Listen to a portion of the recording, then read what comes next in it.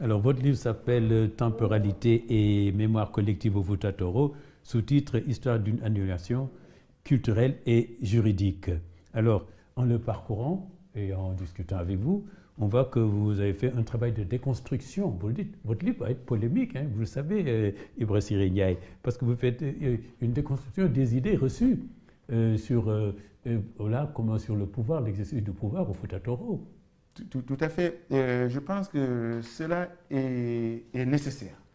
Parce qu'en fait, les versions chuchotées au Fouta Toro ont toujours tendance, et ça continue jusqu'à présent, à survaloriser les Almamis en disant que le bonheur du Fouta est venu des Almamis. Oui. Mais en fait, moi, je continue à penser que ce qu'on a appelé la révolution Torodo de 1776 n'en est pas une. Oui, on en parlera. C'est un coup d'État. Et donc, c'est tout ça que j'essaie de construire et de remettre en cause. Oui, alors, mais est-ce que c'est vraiment, vous ramez à contre-courant? Moi, j'ai reçu dans cette émission des chercheurs et parfois même des historiens comme vous, le professeur Omar Dioum, le professeur Mamadou Yourissal, qui a écrit sur Thierno Souleymane Baal. Il y a aussi le professeur Samba Dieng, hein, dont on dit qu'il est spécialiste de la Omar, mais vraiment, vos idées sont vraiment absolument opposées sur la question. Thierno Souleymane Baal, je le sors du lot. Oui. D'abord, Thierno Souleymane Baal, son nom de famille, c'est pas Baal, c'est Bari. Ah oui, c'est ce que vous dites là. Hein, c'est du Massina. Vraiment. Et donc, il n'est pas Peul du Fouta Toro. Oui, vous le faites venir du Massina aussi. Alors, c'est la première fois que j'entends ça, moi. Oui, mais il fait partie de la famille de Amadou Cheikhou. Oui. Et donc, c'est Boukar Ibrahim, Ousmane Ibrahim, Thil Ibrahim et Daoud Ibrahim.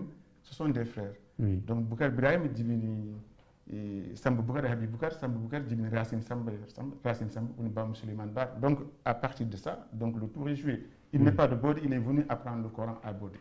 Oui, oui. Alors, vous semblez avoir plus de...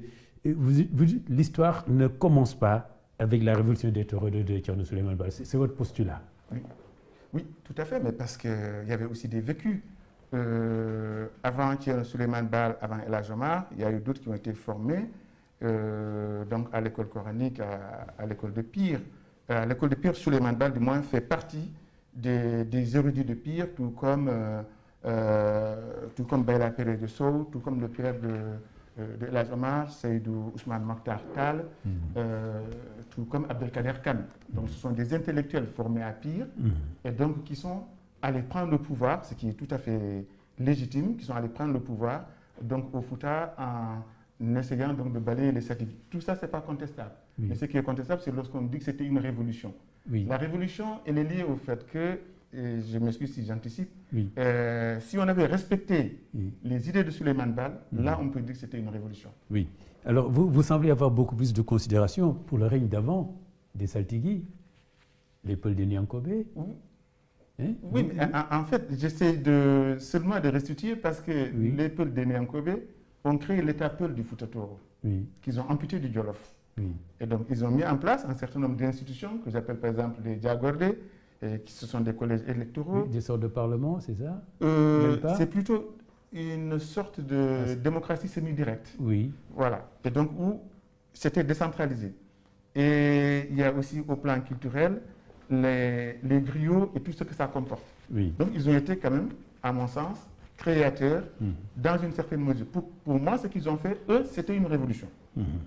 Alors vous dites que c'est les Niankobé, les Saltigui, ont été victimes de coups d'État.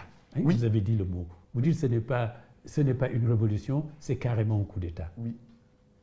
À mon sens, ça aurait été une révolution si les idées révolutionnaires de Thierno Souleymane Baal étaient appliquées. C'est quoi ces idées? C'est que les Almamis doivent être différents des Saltigui. Parce que l'Almami, c'est un imam, hein, comme un imam de mosquée, ça ne doit pas être héréditaire. Ça, c'est là. Il faut mettre en place un système d'égalité. Et d'autre part, les Almamis ont figé les structures de la société Peul, des catégories socio-professionnelles qu'ils ont castisées en les figeant, ce qui n'existait pas sous les Saltigui. Et donc, je considère qu'il faut regarder du bon côté, savoir ce qu'est notre histoire. Et notre histoire ne commence pas avec les Arabo-Berbères. Oui.